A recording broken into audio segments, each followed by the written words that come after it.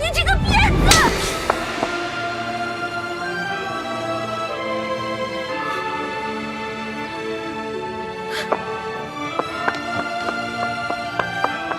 皇上，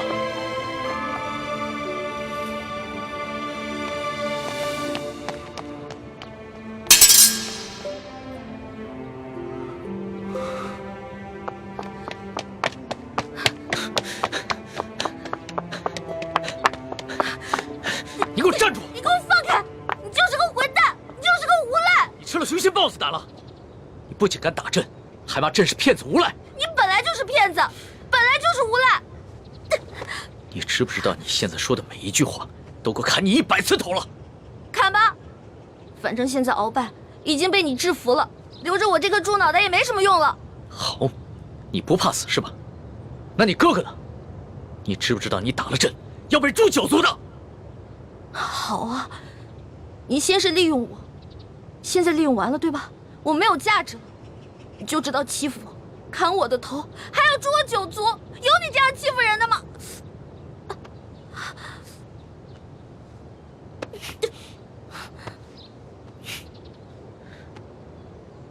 伤口这么深，你还乱动？你等一下，朕马上让你哥哥过来给你止血。现在都要砍我和哥哥的头了，还止血干什么？朕难道不该砍你的头吗？你知不知道从小到大，还从来没有人打过朕？就算朕的皇阿玛在世的时候，也从来没有动过朕的一根手指头。那还不是因为你骗我？你跟我说你不是皇上，你是龙三，我是你的老大。那小弟做错事了，老大教训一下怎么了？那要你这么说的话，还是朕的错了。没错，就是你的错，谁让你骗我了？不过龙小弟，你不会真的要砍我跟我哥哥的头吧？你说呢？你当着那么多人的面打了朕，这要是不惩罚你一下的话，还怎么君临天下呀？你还有没有良心啊？刚刚是谁冒死帮你跟鳌拜拼命的？刚刚你确实挺勇敢的。朕原本以为你就算真的担心朕，但也只会躲得远远的。我现在真是后悔了，早知道我就应该让鳌拜把你大卸8块的。朕要是被大卸8块，你也好不到哪儿去。你忘了你跟朕结拜过？你还说我被你玩的团团转，你现在很得意很开心是不是？那你不也一样吗？啊，老骗我这个那个的，现在知道自己牛皮吹大了。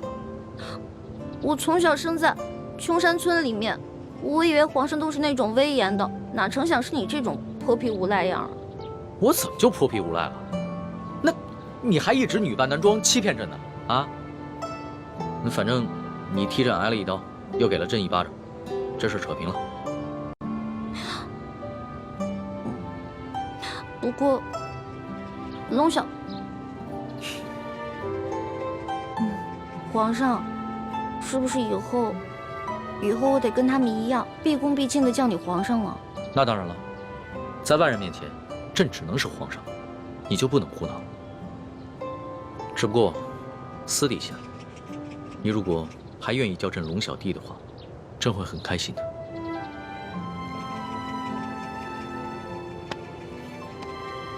是不是疼死了？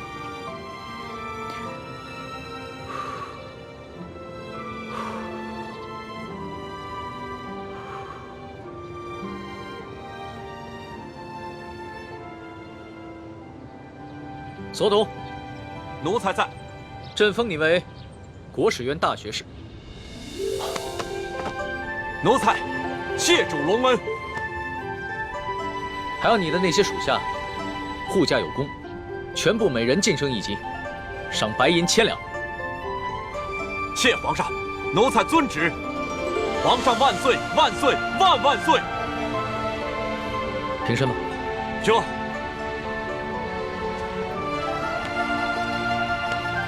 李建清，臣在。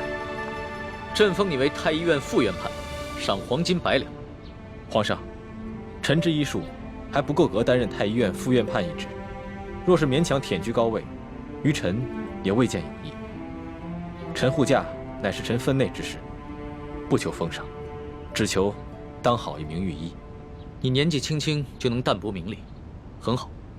不过既然是你救了朕，那就是为朕立下了大功。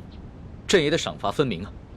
你要是不愿意升职的话，那朕就赐你一件黄马褂，准你有急事的时候，可以直接穿着黄马褂进宫见朕。多谢皇上。桓答应，奴婢在。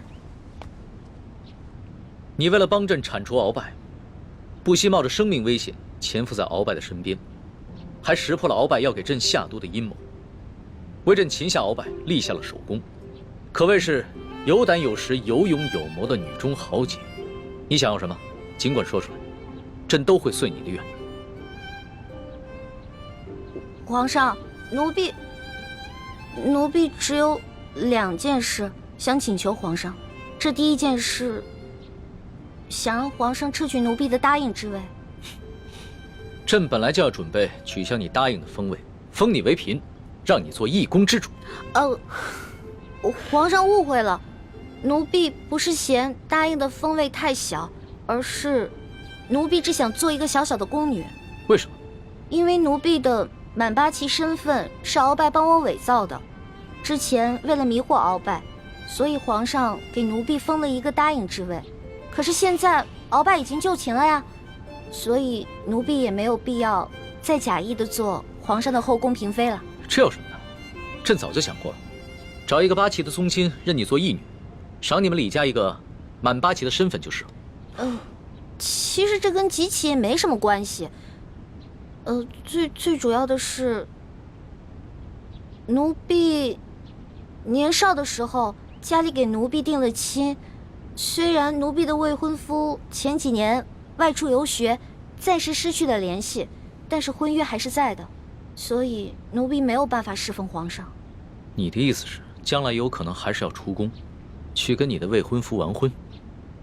这大清朝跟历代历朝都是一样的，推崇信义为先，这婚约自然也要遵守，所以奴婢就不能侍奉皇上，希望皇上成全。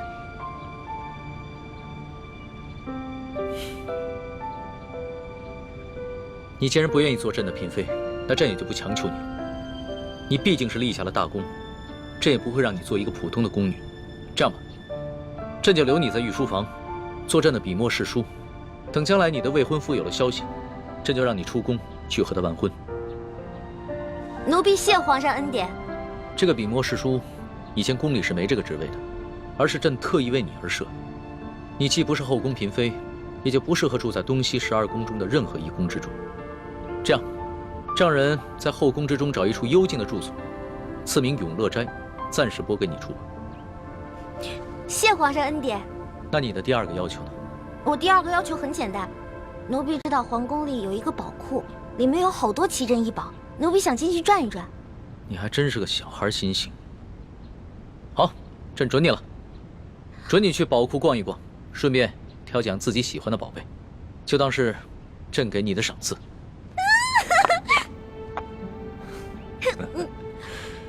多谢皇上恩典。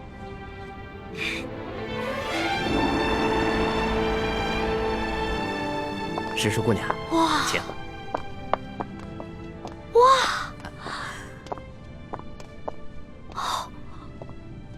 公公，这皇宫宝库里面有这么多的宝物啊！是啊，我都不知道挑什么了。石叔姑娘，我跟你说，这宝库中的奇珍异宝啊，有数十万件。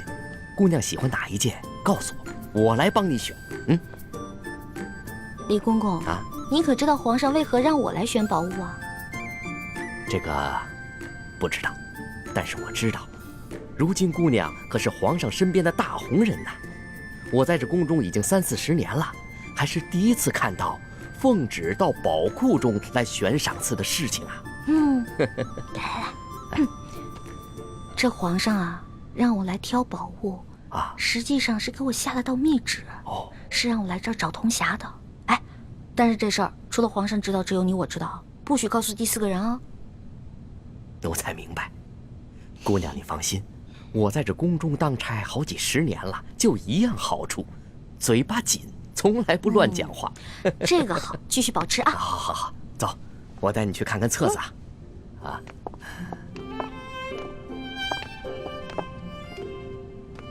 姑娘，这宝库里的所有宝物啊，都在这个册子里面。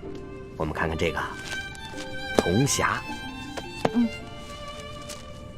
这个是铜匣的，你看看，这个宝库里的铜匣呢，一共有174件，不知姑娘想要哪一件啊？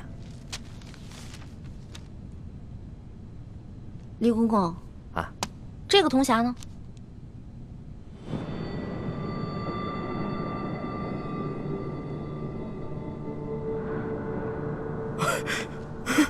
姑娘饶命啊，姑娘！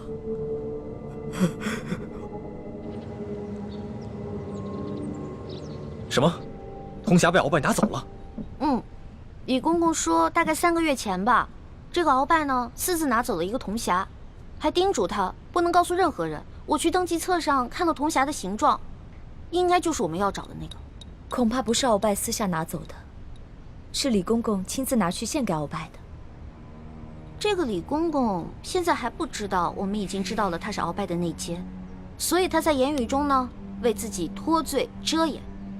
哎，朱哥哥，我可听了你的话啊，没有揭穿他。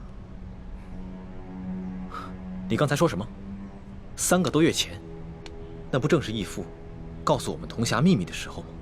难道鳌拜也知道了铜匣的秘密，所以抢先一步拿走了铜匣？可是鳌拜怎么知道铜匣的秘密呢？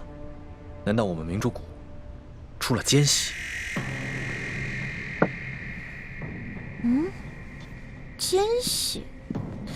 我觉得会不会是鳌拜觉得那个铜匣很顺眼，自己比较喜欢，就顺手拿走了呢？环美，这么大的事情，我们不能存在侥幸心理。皇宫的宝库中有数10万件的珍宝，鳌拜偏偏选中了铜匣，一定是铜匣的秘密泄露了。那也就是说，咱们明珠谷有内奸了，那怎么办啊？眼下之计，只有想办法到鳌拜府上拿到铜匣，在暗中通知师傅们排查谷中所有人，找到奸细。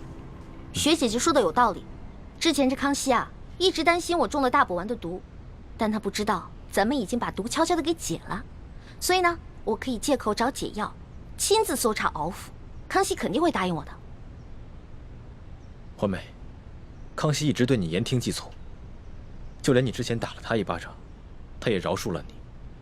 但是，你千万不要被他的柔情蜜语所迷惑。朱哥哥，哎呀，你在其他事上都挺大气的，怎么这件事上这么小气呢？我接近康熙，还不是为了帮你实现为你父皇报仇、光复大明的梦想，结果你还怀疑我。对不起，环美，是我想多了。也不知道为什么，我心里总是不踏实。等我们拿到了铜匣，一起撤出紫禁城，再也不要见康熙了，好吗？怎么，你不愿意啊？哎呀，说实话啊，在这皇宫里呢，有最大的老大罩着我，想吃什么吃什么，想玩什么随便挑，这种感觉还真让我轻飘飘的。我还想多享受几天呢。你呀，哎呀，好了，我只是把我自己内心的话说出来而已嘛。为了不让你生气，我保证等找到铜匣以后，跟你们一起撤，行了吧？老大，谢谢你。要不是你的金蚕背心，说不定小弟就再也见不到老大了。哎呀，这个金蚕背心我穿着也没什么用。我跟这世上的人无冤无仇的，也没有人想害我。倒是你，虽然高高在上，所有人都对你很恭敬，指不定多少人想害你。拿着吧，给你了。既然你这么关心朕，那朕可就收下了。你知道这件金蚕背心的来历吗？我只知道这个是先帝赐给鳌拜的。这件金蚕背心呢，是前明崇祯皇帝的贴身之物。这个崇祯皇帝生性多疑，唯恐被人刺杀，所以花重金从海外购得了这么一件宝物。可惜啊，最后他还是丢掉了天下，吊死在了梅山。就跟这个鳌拜一样，曾经权倾天下，现在不也照样变成了一个阶下之囚？所以啊，这执掌天下之人，可不能靠什么宝物防身，必须以仁德治天下。只有天下太平，这做皇帝的才会太平。龙小弟，你这一本正经说话的样子，还真像个皇帝啊！什么叫像个皇帝？朕本来就是个皇帝。是，而且，朕会说到做到。哎呀，老大，你怎么了？你没事吧？没事，可能是大补丸的那个毒发作了。那怎么办呀？我已经命索额图去查抄鳌拜府了，命他一定要找出大补丸的解药。哎，不，这索大人吧，他去找，他即便看见了，他也不知道哪个是。要不然你还是让我去吧，我去搜吧。不是，可是你这样能坚持住吗？我其实刚来的时候吧，吃了我哥哥给我制的那个药，虽然不能根治这个毒吧，但是可以缓解一下。你让我稍微缓一下啊。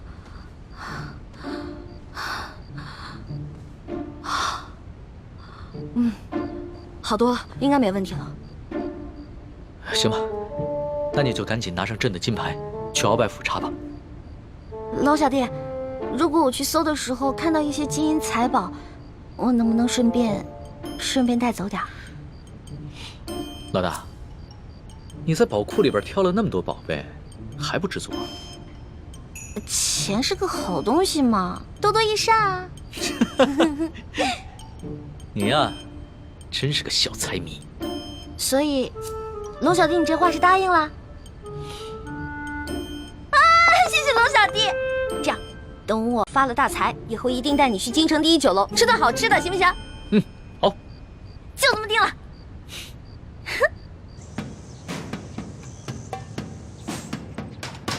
还不去？师叔姑娘，这都是为你准备的。来，尝一尝，应该是不错的啊。经验一下。好吃。好吃吗？好吃。啊。翡翠时间，这边。的确好吃。扔地下。啊。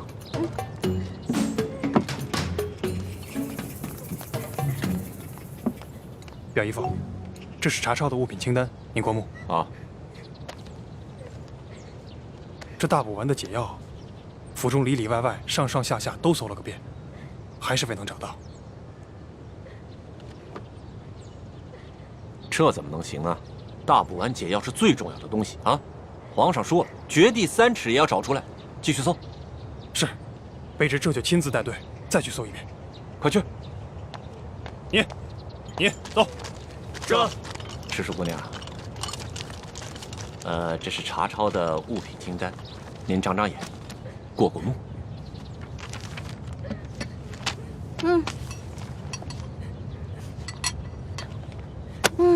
不用看了，这个不对。不对。哪里不对啊？啊，师叔姑娘。这个清单啊，肯定不对。这不对吗？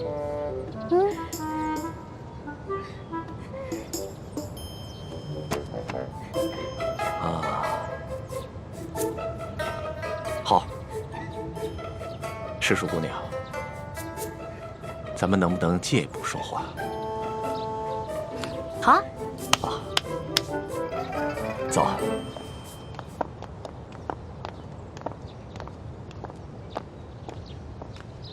参见大人。行了，走吧。走。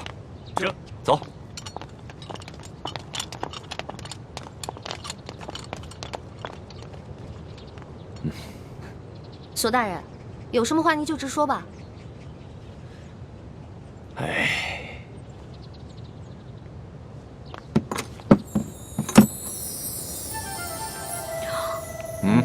哇，这么多金银珠宝啊，连在皇宫的宝库里都没见过呀。师叔姑娘，你这眼光挺毒啊，一眼就看出这账目不对啊。实话实说吧，这2箱宝物还真就没入账。咱俩来鳌拜府，也不能白辛苦这一趟吧？咱们2-1天作5，把这2箱宝物给他分了，这样如何？分了，这不太好吧？这有什么不好的啊？这皇上命咱们俩来查抄这鳌拜府，其实就是想赏咱们俩一个发财的机会，这你都不懂吗？那也是，咱就别跟皇上客气了。是啊，那咱跟皇上客气什么呀？啊？那这样，一会儿你找个人啊，帮我把这箱抬到永乐斋去。没问题啊，这个包在我身上，你就不用担心了啊。那世叔姑娘，这些账目可对了？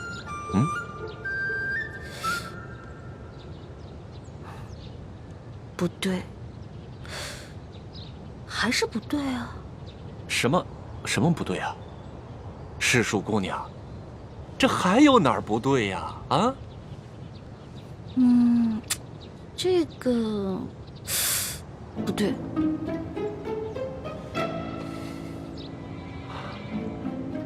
行，你厉害。走，跟我走。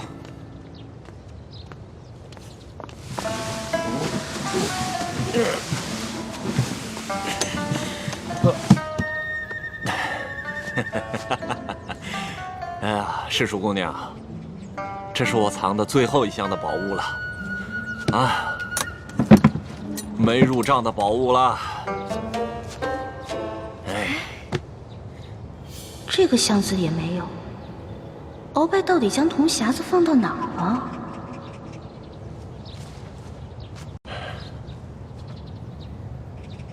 世叔姑娘，这最后一箱宝物，我本来是要留下来，孝敬其他王公大臣的。你想啊，咱俩捞到了这查抄鳌拜府的肥差，这朝里多少眼睛盯着咱俩，咱俩也不能不懂规矩啊，是不是？是啊，索大人啊，我虽然不是特别懂你们这朝中的复杂关系吧，但是我也知道，这人要懂得分享，不能吃独食，不然啊会招来祸灾的，是不是？是啊，哎呀，世叔姑娘就是聪明伶俐，难怪皇上这么宠爱你。哎，那现在这账目可对了？这账目是对了，但是我这解药还没找到呢。对呀，这解药没找着。鳌拜这奸贼实在是狡猾得很呐！这找不着解药，咱俩怎么向皇上交代呀？索大人，您看这样，您让手下的人呢去审一审鳌府的人，问问这鳌府里面有没有什么密室之类的。对呀，我怎么就没想到这一点呢？啊，哎呀，还是世叔姑娘更胜一筹啊！那咱这个先放着，查解药去。走。世叔姑娘，你瞧这个地方机关重重，也不知道藏了多少宝物，说不定这大补丸的解药就藏在里面。索大人，这个机关十分的复杂，我们真的没办法打开啊！废物，一群废物点心，这点事儿你们都办不好啊！我告诉你们，再给你们一个时辰，如果你们再打不开，我把你们这没用的手给剁下来。我剁下来，知道吗？我知道，我们开。索大人，消消气啊！我觉得他们打不开，跟您站在这儿也有关系。您想啊，您站在这儿，他们紧张啊，紧张肯定打不开。要不然您看这样行吗？您到外面啊歇息歇息，喝个茶，我来看着他们。还真说不定啊。那行，那就麻烦世叔姑娘帮我先盯着点儿。好嘞。啊，你们听好了啊，一切都听世叔姑娘的安排。是。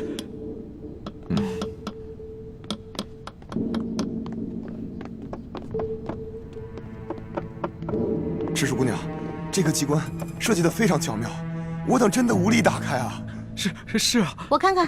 哎，您请啊，您看看。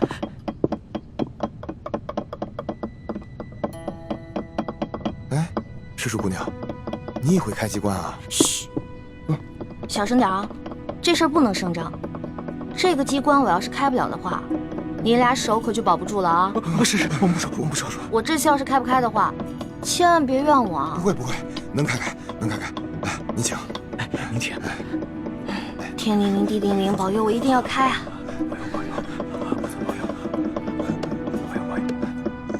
眼下我们已经帮康熙擒获了鳌拜，已取得了他绝对的信任，相信用不了多久，小师妹一定能够拿到铜匣。真没想到，事情进展得这么顺利。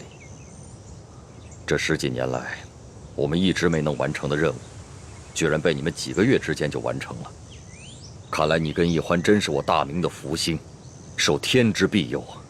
等找到铜匣，樊师妹和叶师弟再拿到1号金钥匙以后，我们就能取出藏宝图，招兵买马。到了那个时候，光复大明的大业就成功一半了。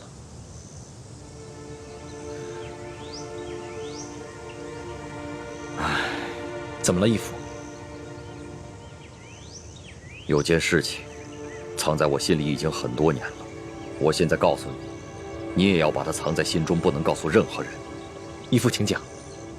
孩儿定当守口如瓶。你可知道，我为何让你们活捉孙府？为了清除逆党，同时追查二哥四星的下落。那你可知道我为何要急于见四星？二哥四星乃是义父的亲生儿子，当年曾随义父出生入死，立下过汗马功劳。现在二哥下落不明，义父下定决心寻找他，当然是出于父子人伦，人之常情。我急于找到四星，并不仅仅是因为父子情深。你可知，那镶着玛瑙的第2号金钥匙，当年就在我的手上。当时我为了掩护先帝逃亡，自知必死，就把那金钥匙交给了四星。义父是说，那2号金钥匙随着二哥不知所踪了。当年我本有机会救我的妻女，但你就把太子交给我，你的座位让给晋王妃。陛下，万万不可！请你和皇后快快登车吧，臣已经为臣妻备好了马车。父王，你竟然让母妃和妹妹另练马车，马上就到。刚刚陛下明明让母亲上车，你却不让。你明明知道我三鬼马上就要破城了。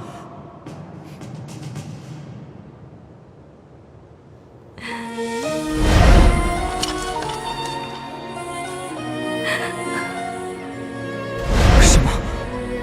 你要抛下母妃和妹妹不管？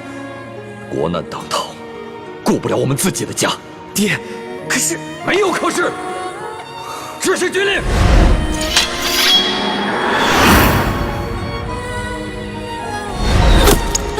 娘，小妹，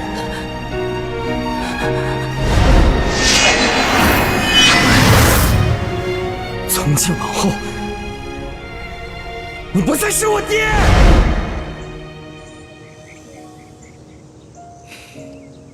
这么说来，现在我们手上只剩下了延平王的3号金钥匙。就算找到了铜匣和1号金钥匙以后，也都于事无补了。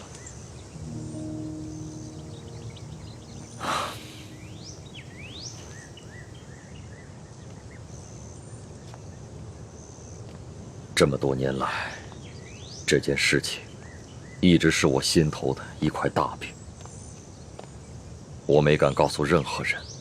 但现在，我不能不如实向太子禀报。都怪我耽误了光复大明的大业。义父千万别这么说。义父为我大明，为我朱氏，已经牺牲的够多了。义父，等我们找到铜匣和1号金钥匙以后，我们再一起寻找二哥的下落。四星多年来杳无音信，我怀疑，如今他早已不在人世，要不然就是故意隐藏起来，以此来惩罚我当年的狠心。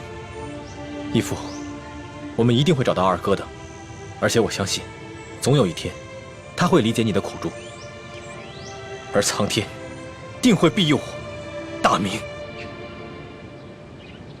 皇祖母，这只是一个小小的答应，居然敢动手打皇上！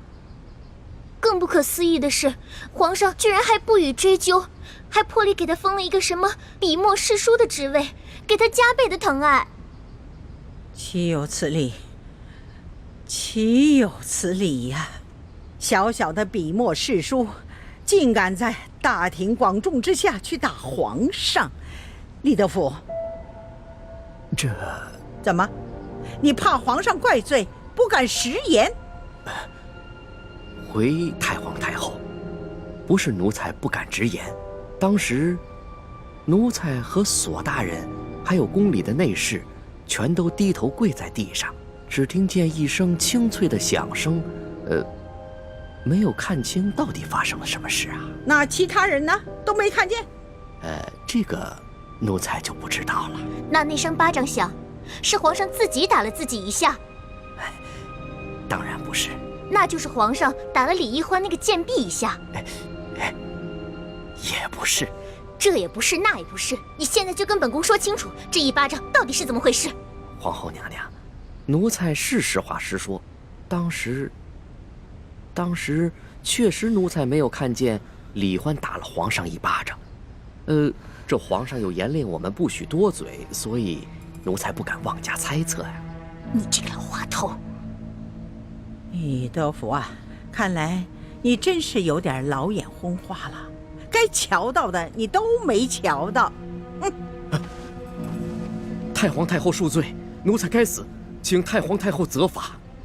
李德福，你可是这宫里的老人了啊！你说说，冒犯了皇上，该当何罪？回太皇太后，冒犯皇上，那是死罪。那动手打了皇上呢？这奴才在宫中30多年了，还从未见过如此胆大包天、不知死活之徒，所以无旧例可循。但显然当处以极刑，诛灭九族。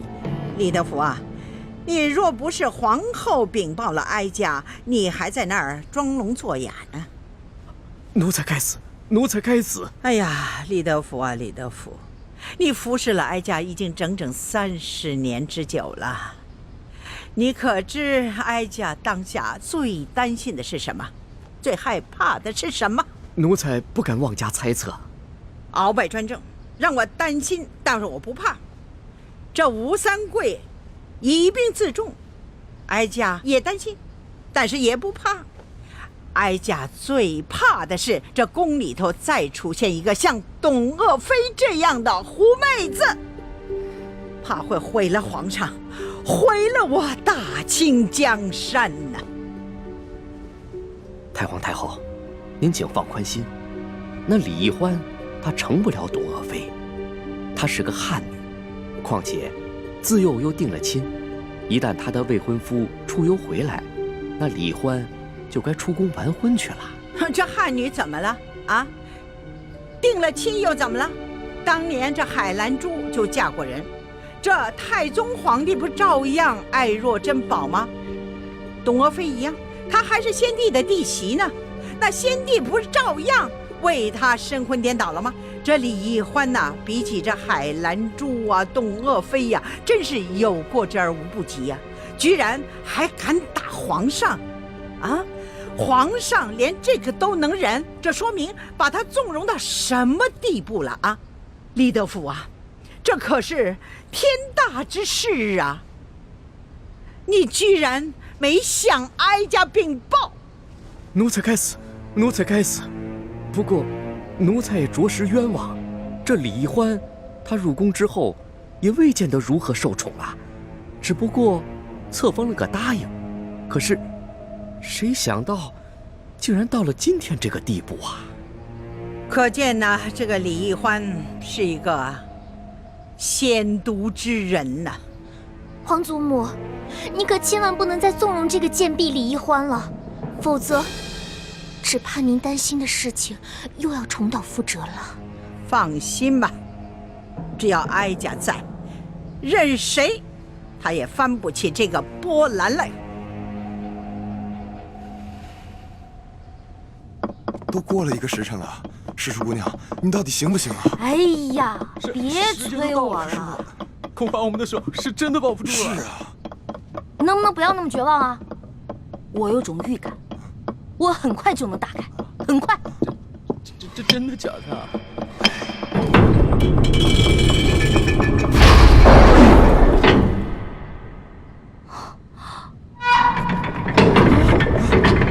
这时辰了，还没打开吗？我打开了，我打开了！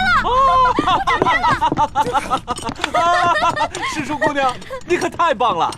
哎，世叔姑娘，真是没想到，你居然会开机关呐，太了不得了！走，不是，赶紧休息吧。我不会开机关，我是之前皇上不是安排我在鳌拜府当卧底吗？哦，我看见过几次，照葫芦画瓢，您看捣鼓了1个时辰才给捣鼓开。哎，世叔姑娘，真是没有想到。你看这么一次就能够记下手法来，这可太了不得了，真是聪慧过人呐！走，咱们休息一会儿。如今鳌拜倒台了，我弟弟有何反应？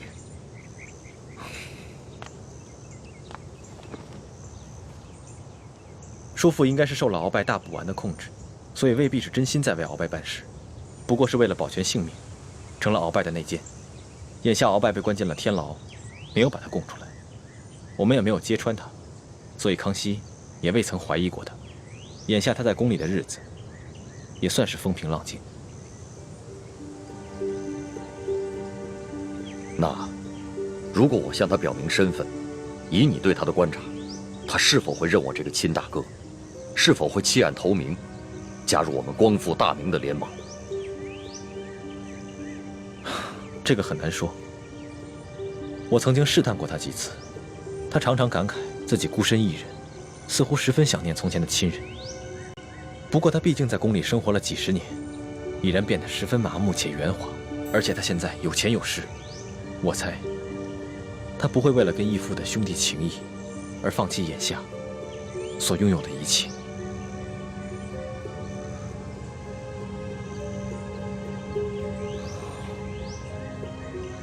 好吧，那就再慢慢观察观察。哎，世叔姑娘，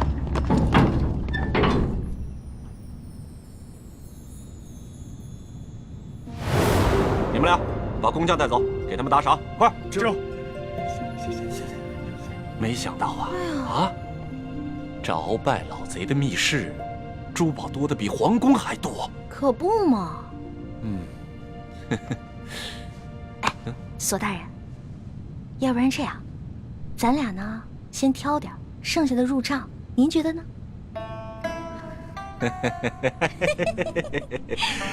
这和世叔姑娘一起办案，真是太开心了。是，您那边，我这边，怎么样？行动！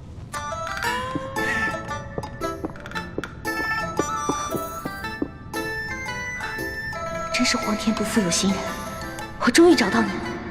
哼，猪哥哥，看你以后还好意思骂我笨。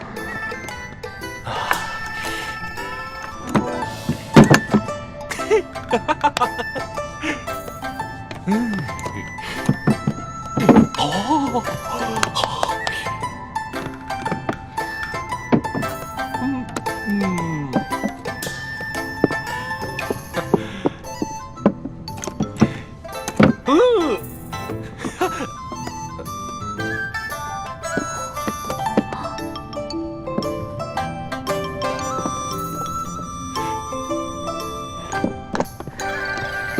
哎，世叔姑娘，你这就挑好了？当然了。再多挑点吧。哎，不了不了，我挑的已经够多了。索大人，您再接着挑点呗。我呀，哎呀，我想起来了，不对呀。怎么了？这大补丸的解药还没找到呢，怎么跟皇上交代？那您要不要再带着手下人继续看看？您看这天色不早，我挑的已经够多了，我先撤了。好嘞，那我送你出去。来来，谢谢索大人。慢点，慢点，慢点。好好好。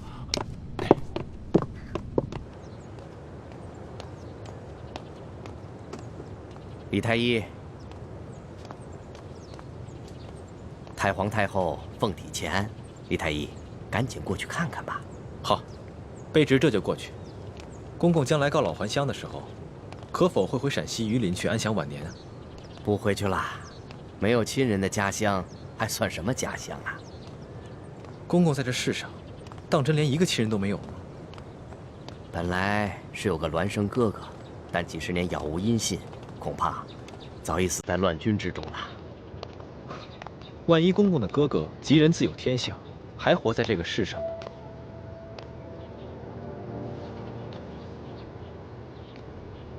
呢？怎么可能呢？在这世上，怎么可能有那么好的事呢？啊，快走吧，太皇太后还等着呢。看来，他还是很渴望亲情的吧。如果义父出面与他相认，他一定会很惊喜吧。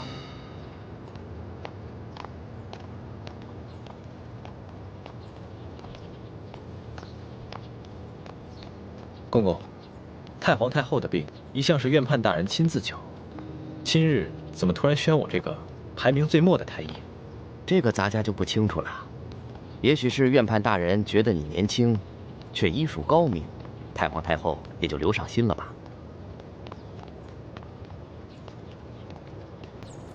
公公，这好像不是去慈宁宫的路吧？太皇太后不在慈宁宫，你别多问了，跟咱家去就是了。公公，太皇太后宣我瞧病，不会是有别的什么事吧？看在咱们同乡同姓的份上，能否告知一二？你多心了，你刚刚才救了皇上，太皇太后也许是想赏赐你呢。多谢公公。走吧。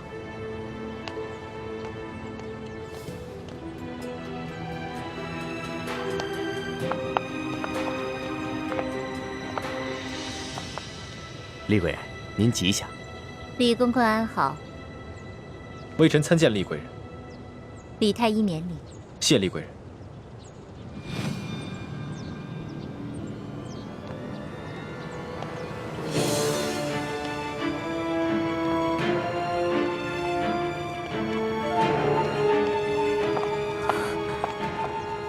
师父，大师兄出事了，我去永乐宫通知一欢。你千万要沉住气，不得忘了得意，不要暴露自己的身份，知道了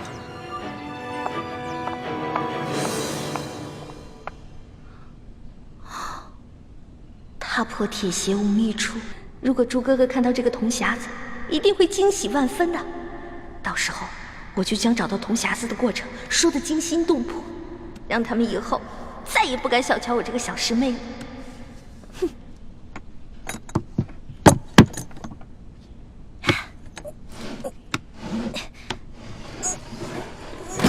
一欢，谁？一欢，快去救大师兄，快啊！啊！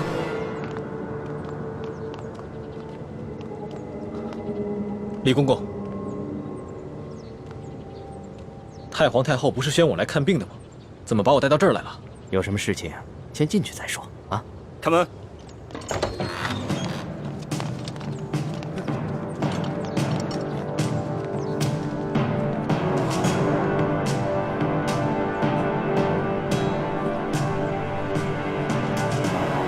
李公公，这到底是怎么回事？太皇太后懿旨，将你们这些捉拿鳌拜有功的人聚在一起，每个人赐一杯御酒。龙小弟，我求求你去救救我哥哥，还有那些工人吧。他们犯了什么错？他们不就是看我打了你一巴掌吗？可是，他们就要因此失去自己的性命吗？这不公平啊！朕已经吩咐过所有人守口如瓶了，没想到还是传到了太皇太后的耳朵里去了。现在太皇太后已经下了懿旨，朕也不好公然对抗她的权威啊。太皇太后的权威，难道比那些人的性命还要重要吗？太皇太后要维护的是皇权的威严，这是紫禁城有很多规矩，不仅这里的大小奴才要遵守，连朕也必须得遵守。祸是我闯的，跟他们没有关系。之前打了你一巴掌，你打我吧，打我多少下都行。你别闹了，你以为这是小孩子过家家呀？现在做什么都来不及了，太皇太后不会放过你的。等她处理完你哥哥那些人，就会轮到你了。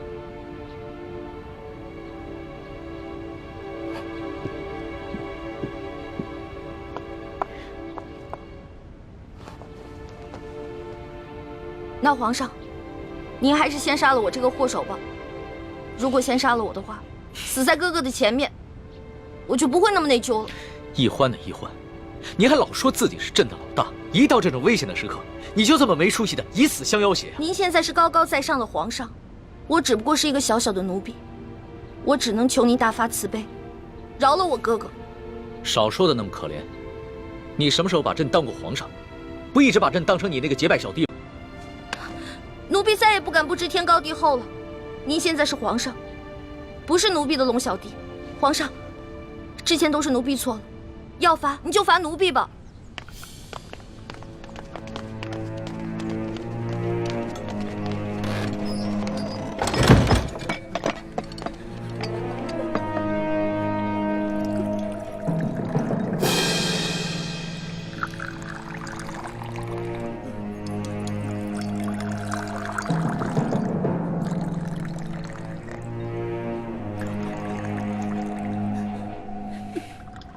你先起来吧。我不起。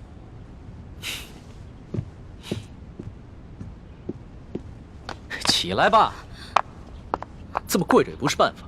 皇上，我求求您了，您能不能去救救他们呀？如果他们因为我而死，我肯定会内疚死的。楼下，皇上，你就救救他们吧。人自然是要救的，但你倒是说说，这要怎么说服太皇太后啊？您可以跟太皇太后讲齐桓公跟管仲的故事。当年，管仲为了救自家主子，向齐桓公射了一箭，但是那个箭正好射到了齐桓公的腰带上，齐桓公没有死。后来，齐桓公不计前嫌，任用管仲当了国相。管仲感激涕零，倾尽一生的才华，辅佐齐桓公，最后成为春秋五霸的首位。皇上，您不会连齐桓公都不如吧？论气度，朕自然是不输齐桓公的。可是你能比得了管仲吗？论治国之才，奴婢当然比不上管仲的一根汗毛。但是，你想招来人才容易，想找到像我这样陪你吃喝玩乐、赌骰子拼酒的人，可不容易啊。这个理由倒是很充分。只不过，早晚有一天你都要出宫嫁人，不能一辈子留在宫里陪着朕，那朕岂不是很吃亏？原来您是因为这个呀？那您现在想怎么办啊？跟朕说说你那个青梅竹马吧，他叫什么名字，长什么样，家世如何？这个属于奴婢自己的秘密，不能告诉你。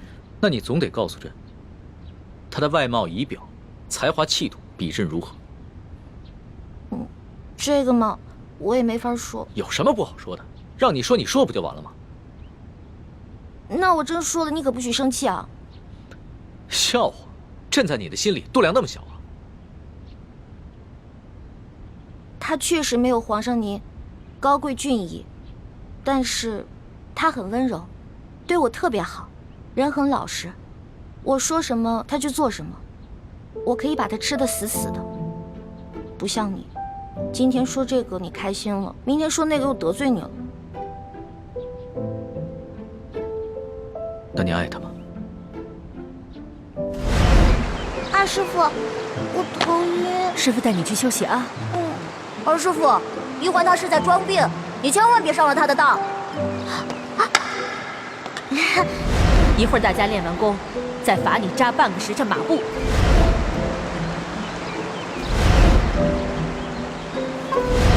玉欢妹妹，你别生我的气了好吗？欢妹妹，这个给你，我们和好吧？核桃酥。那。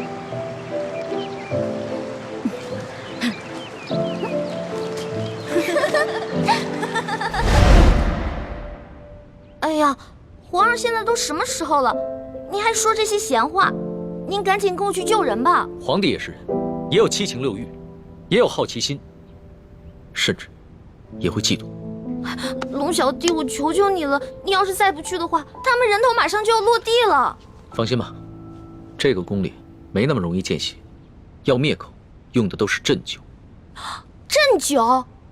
那你赶紧下旨吧。走，快去救他们！你先别着急，这太皇太后一下子从朕身边抓了10几个人，还需要等你过来求朕，朕才知道怎么做吗？朕虽然不好公然抗旨，但是早已命人准备了解药了。真的？那你不早告诉我，不对，你是不是得需要什么条件才能给我解药？当然，朕就想问你一个问题：你爱这个青梅竹马吗？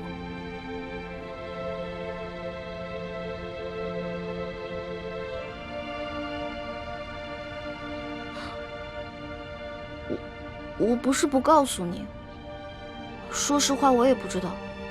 我只知道，我们是青梅竹马，从小他就对我特别的好，以后我肯定是要嫁给他的。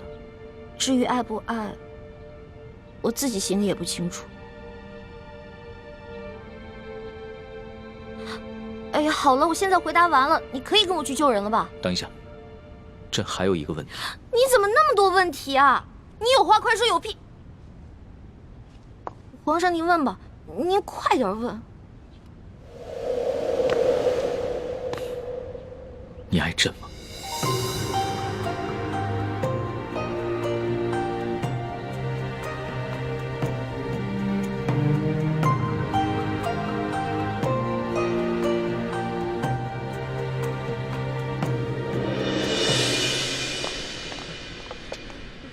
这是太皇太后赐给你们的御酒，你们每人各取一杯，享用吧。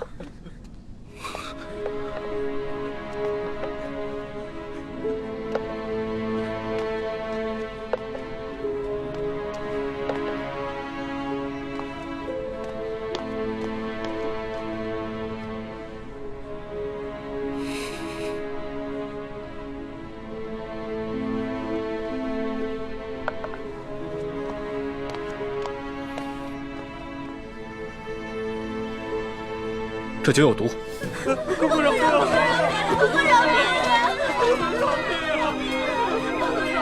李公公，太皇太后为何要赐毒酒给我们？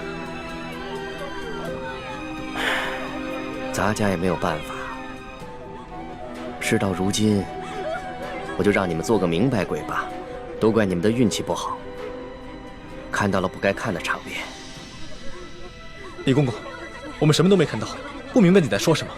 还请您帮我们向太皇太后求个情，饶了我们大家吧。咱家没有这个面子，更没有这个胆子。这太皇太后的懿旨既然已经颁下来了，谁都救不了你们了。这毒酒，你们喝也得喝，不喝也得喝。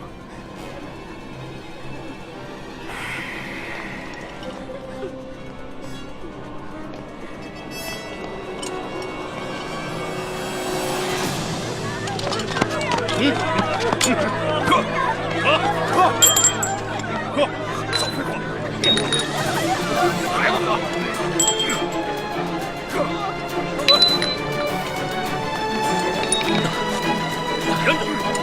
李公公，我有重要的话要跟你说。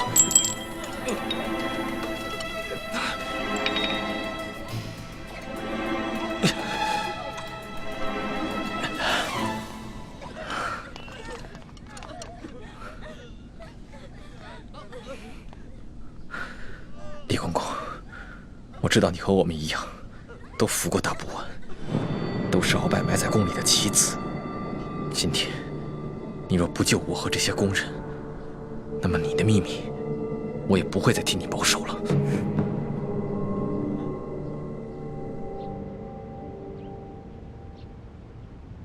为什么不回答朕？我不知道怎么回答。如果我说实话，我怕你不开心，不给我解药；但是如果我骗你的话，那就是犯了欺君大罪了。你就照实了说，朕答应，不论如何，都会救你的哥哥和那些宫人。真的？天子之语，金口玉言。不爱。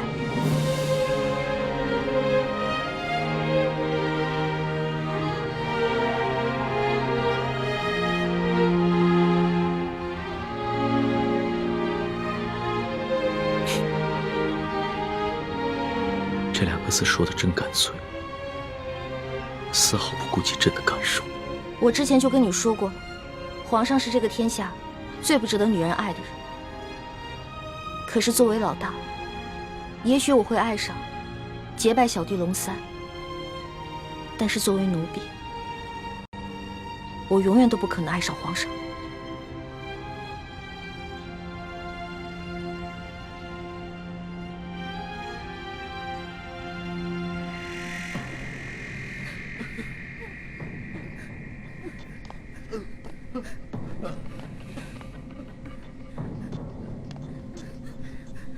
杀了他！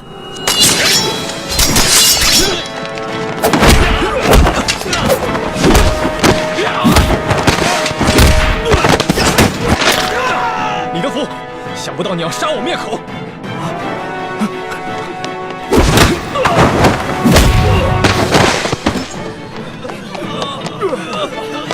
快追！快追啊！站住！快！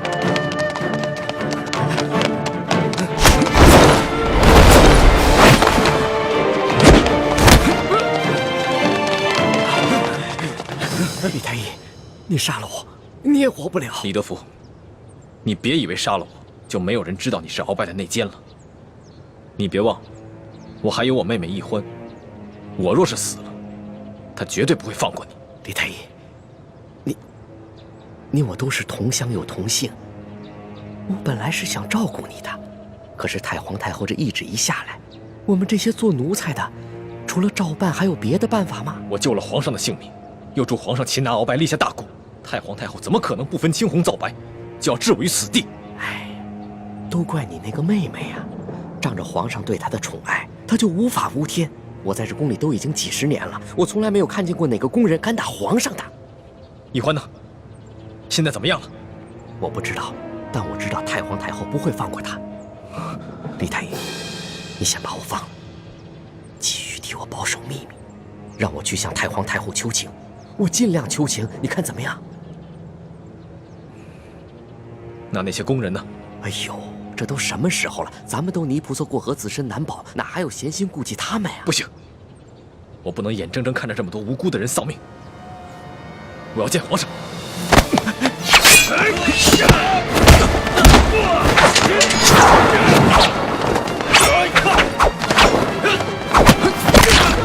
住手！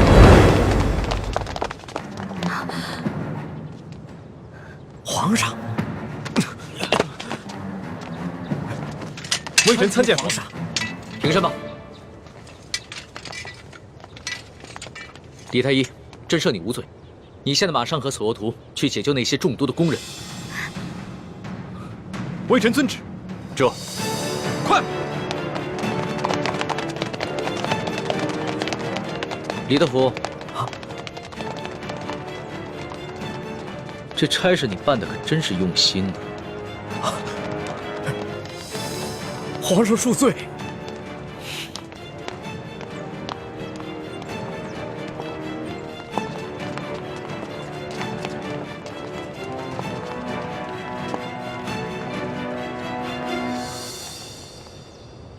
石叔姑娘，老奴也是实属无奈。石叔姑娘，您大人大量，不要记恨老奴啊！中堂大人，公公有礼了。宫中一切可好？中堂大人，您放心吧，一切尽在中堂大人的掌控之中。皇上好吗？皇上现在还是每天跟一些小伙伴们摔跤玩耍，无心朝政。他那都是故意做给老夫看的吧？当年顺治爷临终托孤的景象，老夫是历历在目。不过如今皇上翅膀硬了，不把我等老臣看在眼里了，是时候给他点教训了。那中堂大人，您的意思是？每日给皇上一盅补药吧，接着看着他喝下去，懂了吗？奴才懂，奴才懂。你是如何知道的？公公，我这口技练得还不错吧？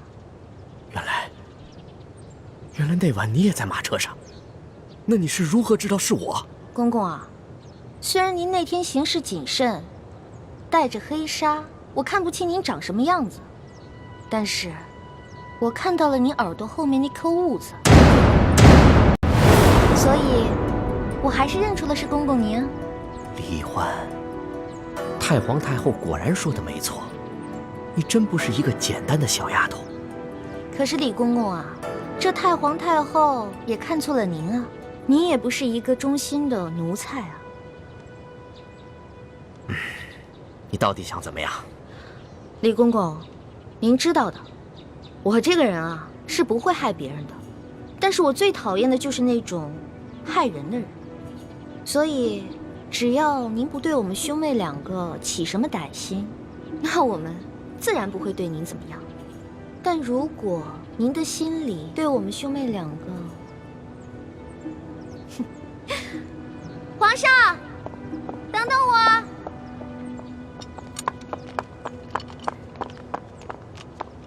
龙小弟，谢谢你啊。其实就算你不求我，我也要救那些工人们。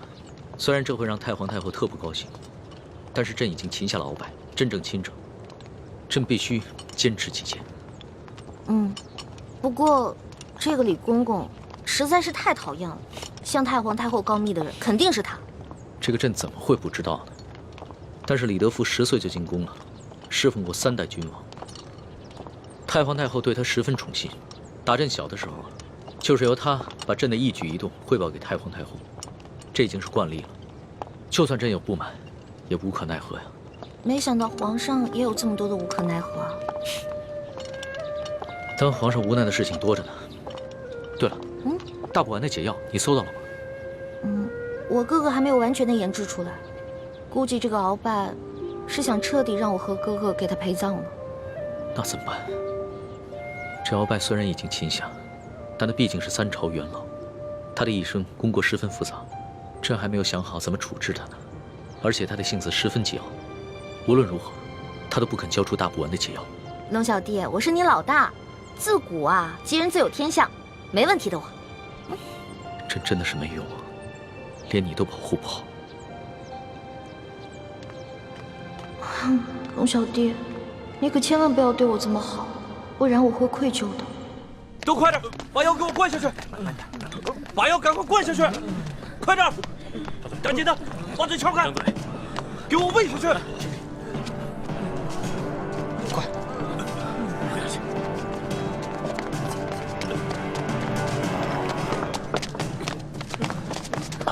皇上不必多礼，先救人吧。快救人！皇上，我已经安排他们把药都给灌下去了。那他们是不是得救了？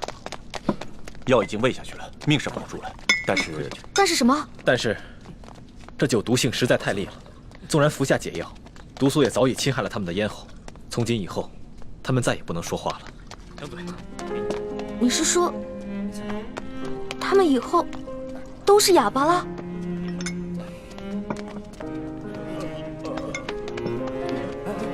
理解。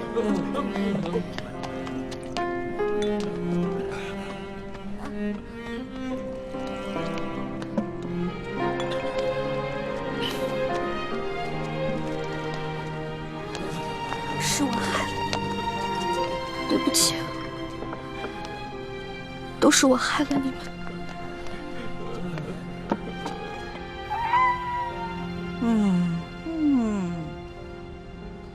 哎呀，李德福啊，连这点事你都办不好，你真是不中用啊你！太皇太后，您息怒，奴才跟纳赛正要把事情办好的时候，皇上跟李欢突然来了。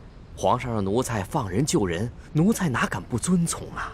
哎呀，皇上是中了李欢的毒了，中毒不浅呐。这样吧，你把这个李欢给我叫过来。谨遵太皇太后懿旨。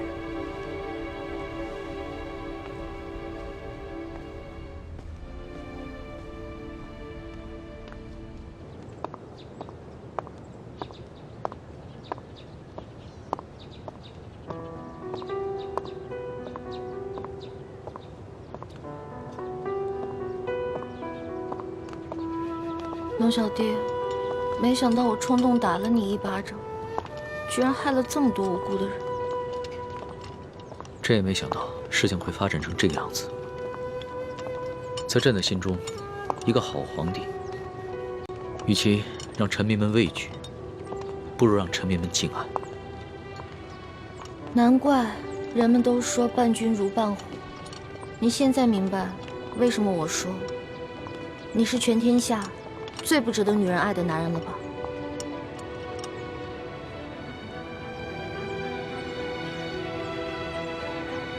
一环，朕知道这件事情在你心里一定留下了很深的阴影，你更不可能会爱上朕了。也许这皇宫确实不适合你，你应该出宫去嫁给你那个青梅竹马的未婚夫，可能会更幸福。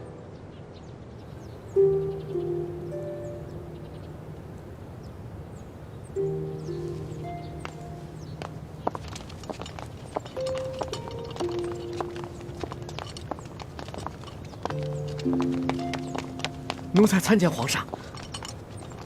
李德福，你可真有眼色呀，还敢过来见朕！皇上恕罪，奴才知道，皇上现在心情烦躁。不过太皇太后宣誓淑姑娘去那个慈宁宫觐见，奴才不敢不传呐。皇上，太皇太后不会想赐奴婢一杯御酒吧？没事，别害怕，朕陪你一起去。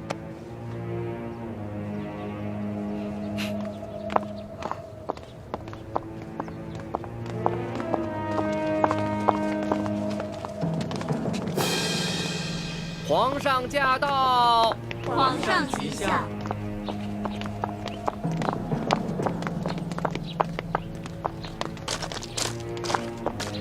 平身吧。谢皇上。你先在外面候着，朕进去跟太皇太后先说说。皇上，奴婢这颗脑袋能不能保住，可就靠皇上你了。放心吧。这太皇太后肯定不是个好说话的，万一皇上的面子她也不卖，那我是不是该赶紧脚底抹油溜啊？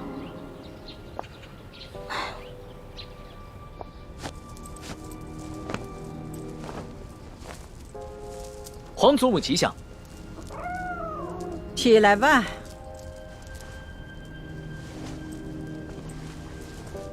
刚刚请拿了鳌拜，还有许多善后的事情需要做，皇上怎么会有闲暇来陪哀家这老太婆呢？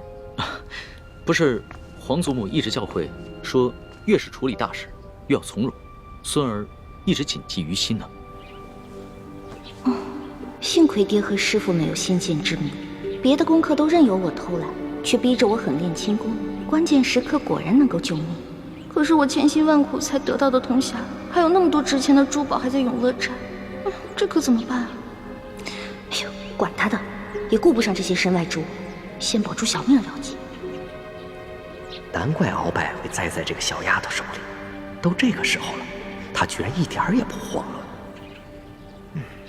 哎呀，皇上你亲政了，有许多事情呢可以自己做主张了，也用不着哀家这老太婆唠里唠叨了。皇祖母何出此言啊？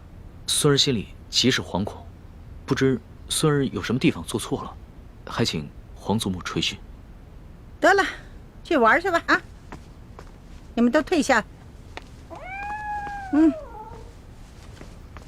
下去吧。皇上啊，听说你把李太医和那些工人们都赦免了。是，这个李太医啊，擒拿鳌拜有功，又救过孙儿的性命，而且这些工人都是伺候孙儿多年的老人了，孙儿心里极是不舍，所以就赦免了他们。朕少造一些杀念，也是为了皇祖母积福天寿嘛。哎呀，皇上啊，你可是刚刚亲政啊，就如此妇人之仁，以后怎么立威啊？你那个叫什么李义欢，这个小小的答应，他当着众臣的面打了皇上一巴掌，而皇上竟然不仅不惩罚他，反倒给他还特设了一个笔墨诗书的女官员的位置，还给他赐了一个永乐斋。哎，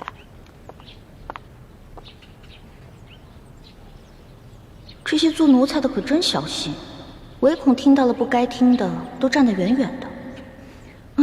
我可顾不了那么多了，我得认真的听着，万一龙小弟顶不住了，我好赶紧溜啊！皇上，你这法度尊严何在呀？哀家本来想协助你处置这些事，没料到你已经特赦了他们。哀家这个把你从小苦心养大的，把你扶上皇位的老祖母吗？你全然不顾哀家这副老脸了。皇祖母息怒，若是因为此事伤了皇祖母的凤体，那可真是孙儿的罪过了。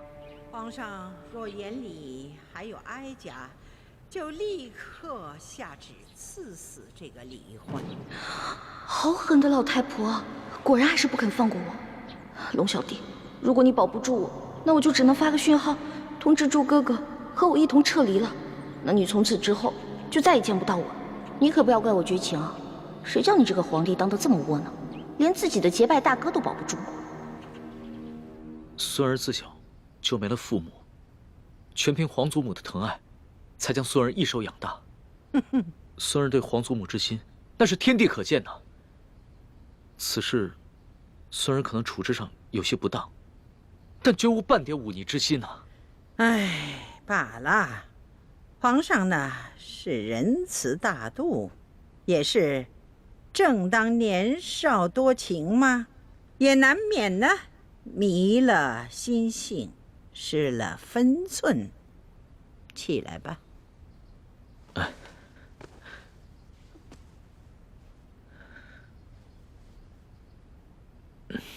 皇祖母，您先消消气。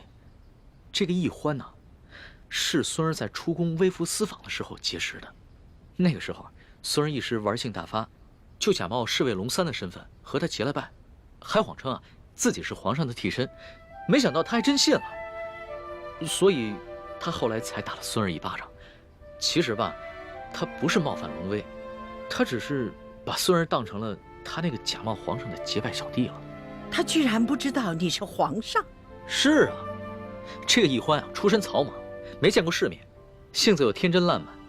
孙儿也是一时兴起想骗骗他，没想到他还真信了。为了帮孙儿这个所谓的替身对付鳌拜，他还不惜性命，与鳌拜那是以死相拼啊！若是宫里的其他人对孙儿不敬，那自然是死不足惜。可是易欢她只是一个重情重义的傻丫头，又何必与他一般见识呢？哼，原来在你心里，我就是一个傻丫头。你认我做老大，就是为了戏弄我找乐子呢。皇祖母，说实话，这宫里又有哪一个女子肯为了孙儿不惜性命，与鳌拜以死相拼呢？就看在他对孙儿这份难得的情谊上，饶了他吧。皇上，能说一句老实话吗？你是不是真的为这个李易欢动了心了？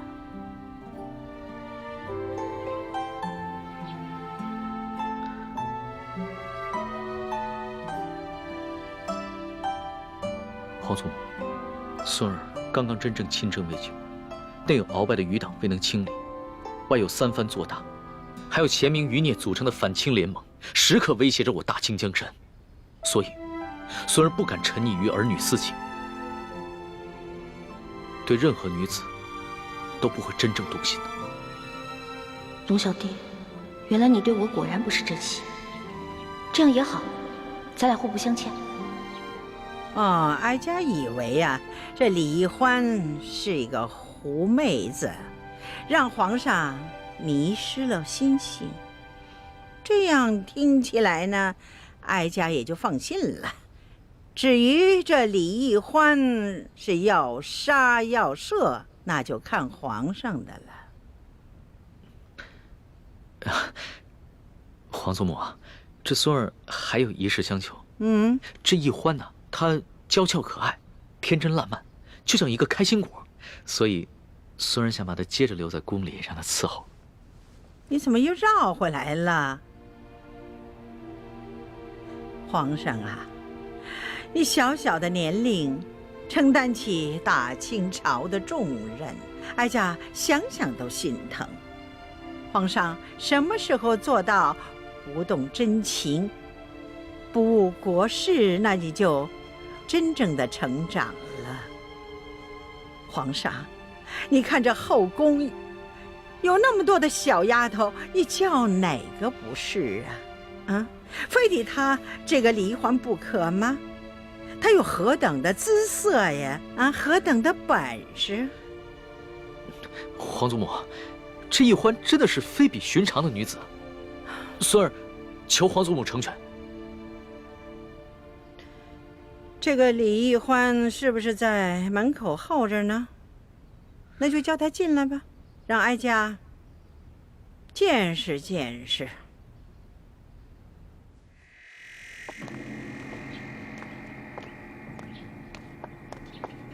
太皇太后和皇上宣世淑姑娘觐见。是，奴婢遵命。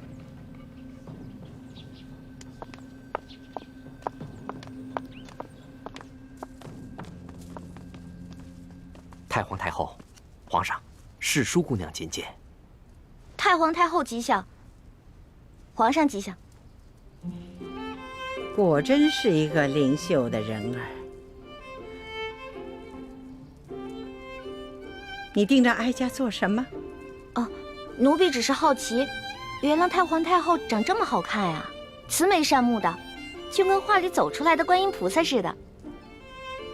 你不必在这里花言巧语。李易欢，你可知罪？奴婢知罪。你知什么罪？讲来给哀家听听。奴婢白长了一双眼睛，没有认出来皇上就是货真价实的真龙天子。奴婢更是长了一个猪脑，居然皇上说什么，奴婢就信什么。你看，皇上，你看这小丫头啊，她哪里是在认罪呀？她分明的是拐着弯的数落皇上。皇祖母，这丫头一向如此，心直口快，不知轻重。那你就起来吧。谢太皇太后。太皇太后，奴婢说的都是真的，没有骗您。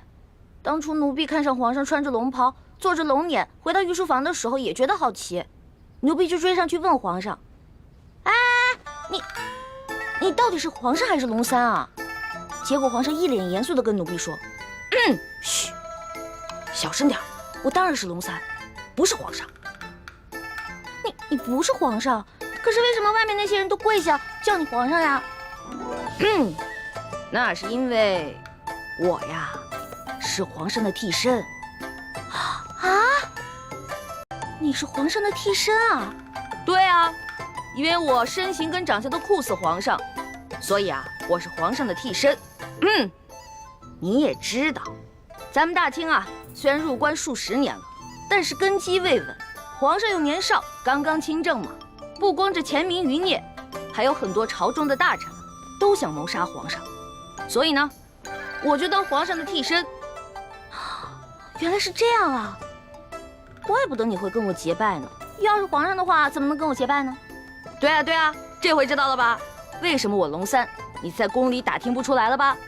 那是因为我不是一般的侍卫，我呀只需要在皇上需要我的时候出来露面就行了。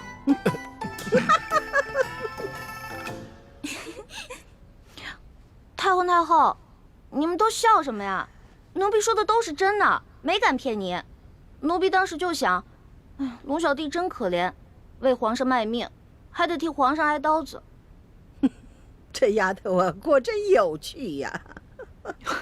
皇祖母，当时的情形确实如此。孙儿也是一时童心未泯，见这个丫头什么都不懂，特别有趣儿，想逗一逗她。想逗逗我，但是奴婢当真了，真的把皇上当成兄弟，不想看着你去死。太皇太后，奴婢真的以为他要去跟鳌拜拼命，所以就把身上的金蚕背心脱了下来，给了他，还陪着他一起去跟鳌拜拼命。要不是我哥哥及时赶到，恐怕我跟皇上就……瞧这丫头啊，委屈的哟。得了，哀家呢就饶过你了。真的？嗯。谢太皇太后，还是太皇太后好，不像皇上，就知道欺负奴婢。哀家听说你在大庭广众之下，当着那么许多的大臣们的面，打了皇上一巴掌，是吗？哀家着实的恼怒啊！没想到，就像皇上说的，你只不过就是一个不懂规矩，而且呢，还对皇上有恩有义的一个小傻丫头。所以太皇太后，您的意思是，可以饶恕奴婢啦？不，你毕竟打了皇上，你这叫犯上啊！要是对你不进行惩罚，哀家和皇上的威严何在呀？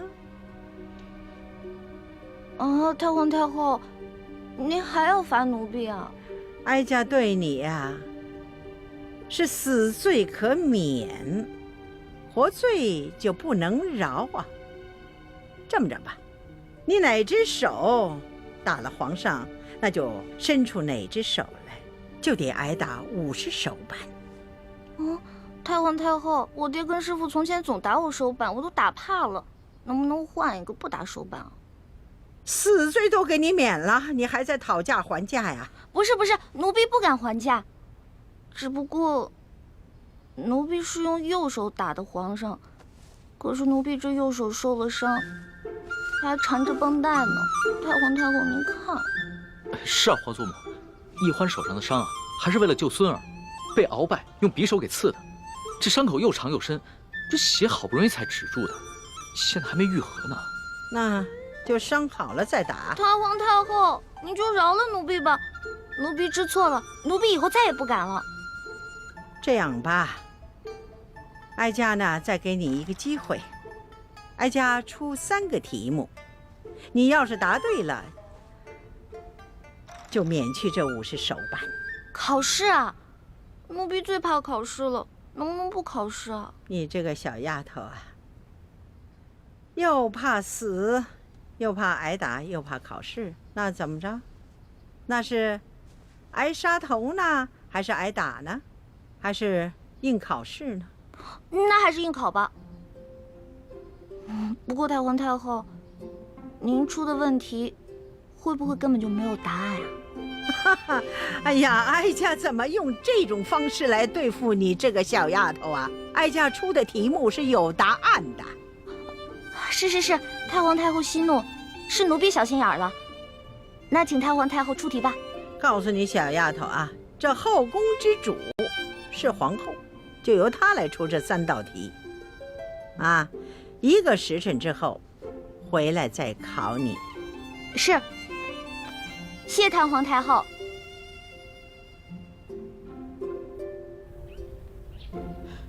皇祖母，你就这么轻易的放过李奕欢那个狐妹子了？不放过她又该如何呀？就算是灭了她，你想想，皇上也不会亲近你，更会疏远你的。哀家也会遭到一生的怨恨的。那您就不担心李奕欢继续留在宫中祸害皇上？开始的时候哀家也有担心，可后来一见到这个李奕欢呐，她只不过就是一个鲁莽的小丫头而已呀。皇上也就是少年心性，找一个新鲜有趣的玩伴而已。所以哀家呢，想放他一马，等待以后视情形而定吧。既然皇祖母都这么说了，那妾身就暂且忍耐了。哀家出了这3道题，一是为了考量一下这离欢，二呢，也好给皇后一个机会。现在呢，这前面这2道题呢，就由皇后来出，最后这道题由哀家来把关。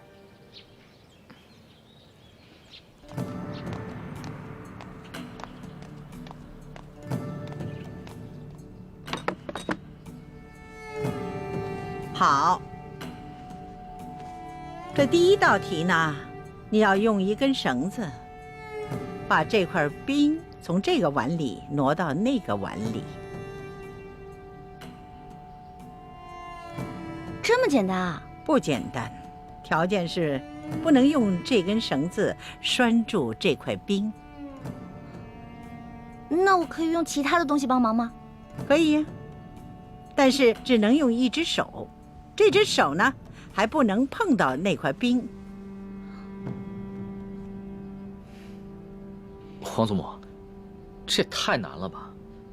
这只能用一只手，又不能接触这冰块，那怎么用这根线把这个冰块挪到那个碗里去啊？皇上啊，若是这丫头认输的话，哀家就让李总管给你做个演示。可是这50手板，你就着实的挨上了。皇祖母，这奕欢手上还有伤呢。那伤好了再打。皇祖母，这个奕欢要是实在办不到，能不能看在孙儿的面子上，给他换一道题啊？哀家是一再让步啊，已经给皇上足够的面子了。皇上，不用再替奴婢求情了，奴婢已经想到办法了。真的？你确定啊？请太皇太后跟皇上给奴婢一点时间，奴婢要去拿一样东西。可以呀，不过你得快点儿，不然的话这块冰就化了。谢太皇太后，奴婢告退。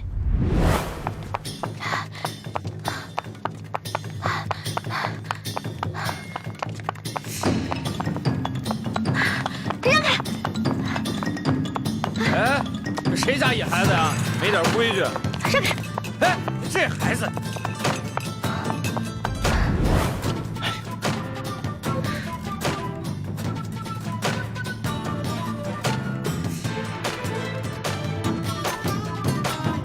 这丫头怎么还不回来？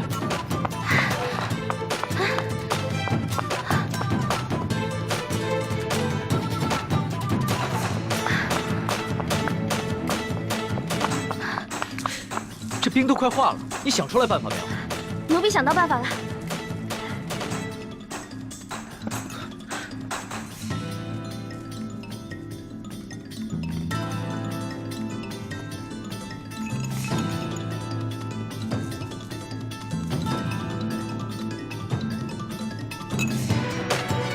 好了，稍等片刻就可以了。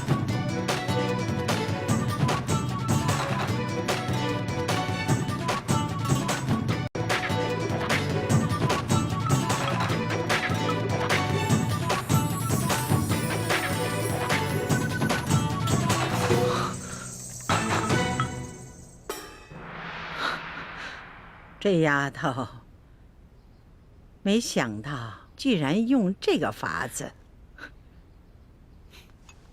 你这罐子里边装的什么东西啊？这是奴婢抓紧一切时间从御膳房拿了一罐盐。哦，朕明白了。朕以前学的功课里边也有这一门知识，只不过刚刚情急没有想起来。奕欢，想不到你还挺博学的。皇上千万别夸奴婢了。从小到大，奴婢不喜欢好好学习，但是什么都学，只会那么一点点，杂而不精，跟博学二字万万沾不上边儿。奴婢之所以知道这个办法，是因为小的时候，在冬天啊，奴婢喜欢跟自己的哥哥用盐水呢冻冰人儿，所以才知道这个法子的。好啊，小丫头，这第1道题就算你过关了。哀家接下来再考你第2道题。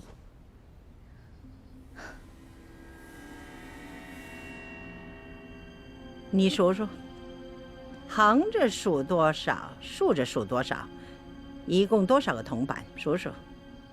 回太皇太后，横着数有4个，竖着数有5个，一共是8个铜板。好，你就从这8个铜板里头拿出1个铜板来，把这2列铜板变成都是5个。啊？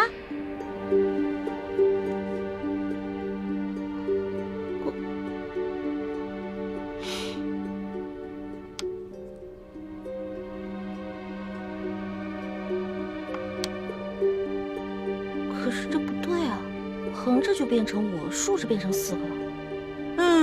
哀家给你1炷香的功夫，你要是再猜不出来，那就算你输了。完了！小的时候，奴婢不想好好学习，老在师兄师姐面前捣乱，而师傅们总是吓唬我，把戒指高高举起，轻轻放下。这下好了，以前没挨多少打，现在又全给补回来了。